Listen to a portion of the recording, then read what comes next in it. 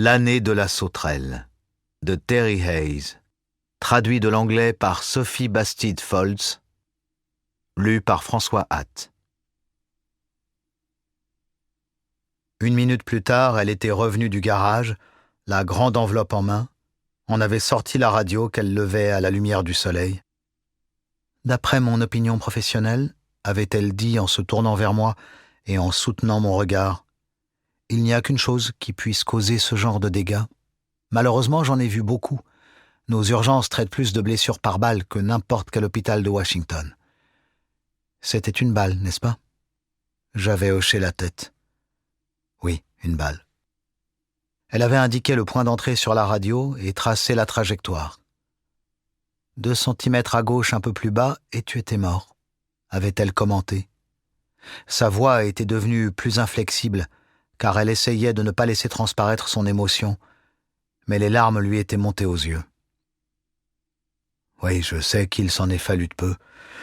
Le chirurgien qui l'a extraite me l'a dit. Elle s'était ressaisie, puis avait secoué la tête en signe de désespoir. D'accord, je ne vais pas te demander de me révéler des secrets, je veux juste que tu me dises comment je le saurai. Comment tu sauras quoi? Que je n'ai plus à t'attendre, que tu ne reviendras pas à la maison, que tu as... J'avais fini sa phrase. Que j'ai disparu. Je suppose qu'aucun de nous ne voulait dire « été tué ». Oui, disparu, avait-elle répété. C'est le mot juste. Ils ont tes coordonnées, Becca. Ils te le diront. Je m'en suis assuré il y a un moment. Je te remercie, avait-elle ironisé. Mais comment? Par un appel téléphonique? Un message me demandant de me rendre dans un bureau quelconque? Est-ce qu'on me conduira à Langley? À présent, elle était en colère. Il n'y a aucune raison pour que ça reste secret. Je veux juste savoir à quoi m'attendre. Non, ce n'est pas vrai, avais-je pensé. Tu veux savoir de quoi tu dois avoir peur, savoir à quoi ressemble le monstre. J'avais regardé par la fenêtre, la nuit était presque tombée.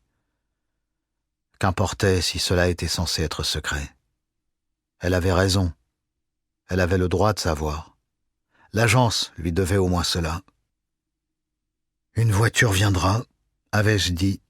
Elle sera délibérément ordinaire, une berline banale, essayant vainement de ne pas avoir l'air officiel. Elle ne roulera pas lentement. Les occupants sauront exactement où se trouve la maison qu'ils cherchent. Ils auront appelé l'hôpital pour s'assurer que tu ne travailles pas et seront venus un peu plus tôt pour vérifier que tu es bien chez toi. Je l'avais vu se tasser, choqué par cette surveillance et l'organisation silencieuse et efficace dont il ferait preuve. Un homme, probablement âgé d'une 40aine d'années, sortira de la voiture et frappera à la porte. Il te présentera une carte professionnelle pour te montrer que c'est officiel. La photo d'identité sera authentique, mais le nom sera faux. C'est la règle. Si tu es raisonnable, tu l'inviteras à entrer, avais-je poursuivi, aussi factuel que possible. Tu ne voudras sans doute pas vivre ça sur le pas de la porte. Il dira qu'il est vraiment désolé, mais que ton compagnon, en voyage à l'étranger pour le compte du gouvernement, a été tué dans un accident de voiture, le crash d'un vol charter ou quelque chose de ce genre. Mais ce ne sera pas vrai, avait commenté Rebecca. Il pourrait avoir un extrait de journal télévisé à te montrer, une vidéo de la télévision allemande, tout ce qu'ils ont pu créer ou réutiliser à partir d'autres images. Ça aura l'air très réel, mais non. Ce ne sera pas vrai. Et tout ça est normal? Avait-elle demandé, d'un ton qui indiquait clairement que ça ne l'était pas pour elle. J'avais haussé les épaules. Ça n'a rien de diabolique. La CIA ne peut pas divulguer quoi que ce soit sur une opération de renseignement parce que cela risquerait de mettre en danger la mission ou la vie de quelqu'un d'autre. Mais d'un autre côté, elle doit rendre compte de la perte de ses agents. D'accord, ils mentiront. Continue. L'homme sera compatissant, mais son travail consistera à s'assurer que tu acceptes leur version des faits. Tu demanderas si ton compagnon était en mission pour la CIA, et il te répondra « Oui, absolument ». Tu voudras savoir de quel type d'affaire il s'agit, Il te dira qu'il était en Allemagne pour rencontrer nos partenaires du renseignement ou quelque chose d'aussi bête. Peu importe ce que tu lui demanderas d'autre, il n'en dira pas plus. Et c'est tout. S'il n'a plus rien à dire ni d'explication à donner, il s'en ira. Il y aura d'autres échanges et il ne se précipitera pas. Mais oui, c'est à peu près ça, avais-je répondu. Il te donnera un numéro à appeler en cas de besoin. Il te promettra qu'il restera en contact s'ils apprennent d'autres détails, même s'ils ne pensent pas que ce sera le cas, qu'il s'agit simplement d'un terrible accident. Il appellera ? Avait-elle demandé. Il faudra bien, pour l'organisation des obsèques. Au cours de cette conversation, il précisera qu'en raison des brûlures subies lors de l'accident, il faudra que cela se déroule cercueil scellé. Elle m'avait fixé d'un air perplexe. Pourquoi il dirait ça ? Des brûlures ? Pourquoi est-ce important ? Parce que... Écoute, ne discute pas, tu ne les feras pas changer d'avis.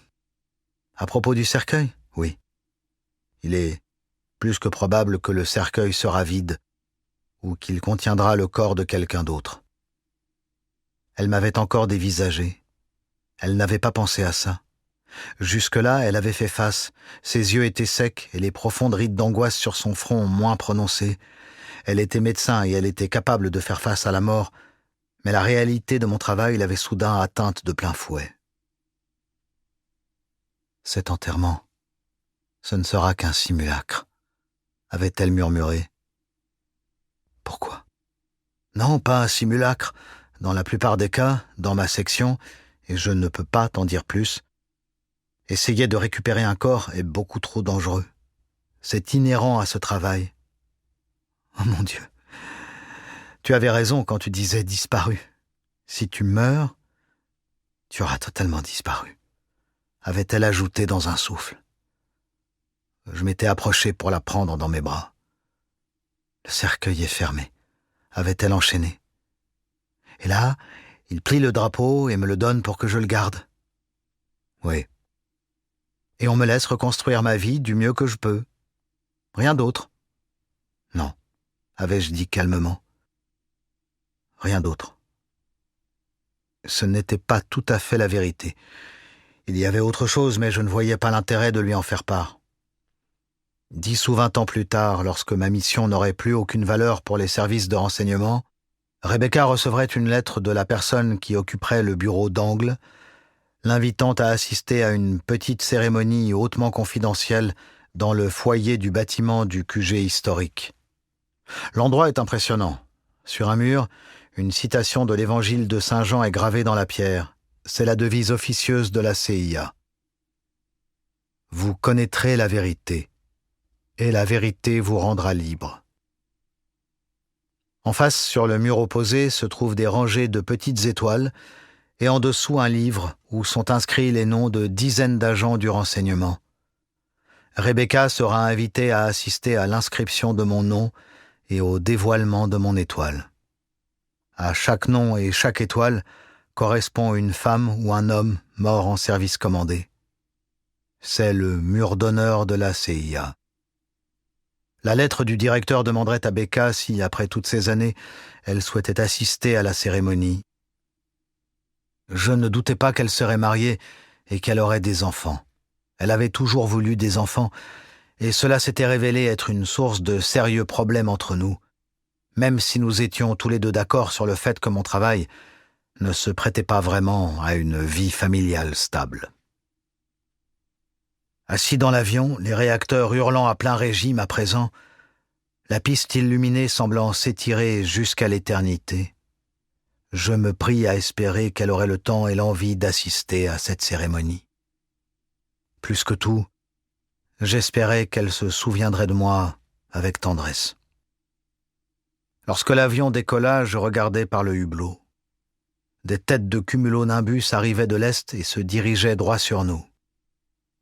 Des cavaliers dans la tourmente, songeai-je. C'est tout ce que nous sommes, et ce que nous pouvons envisager d'être.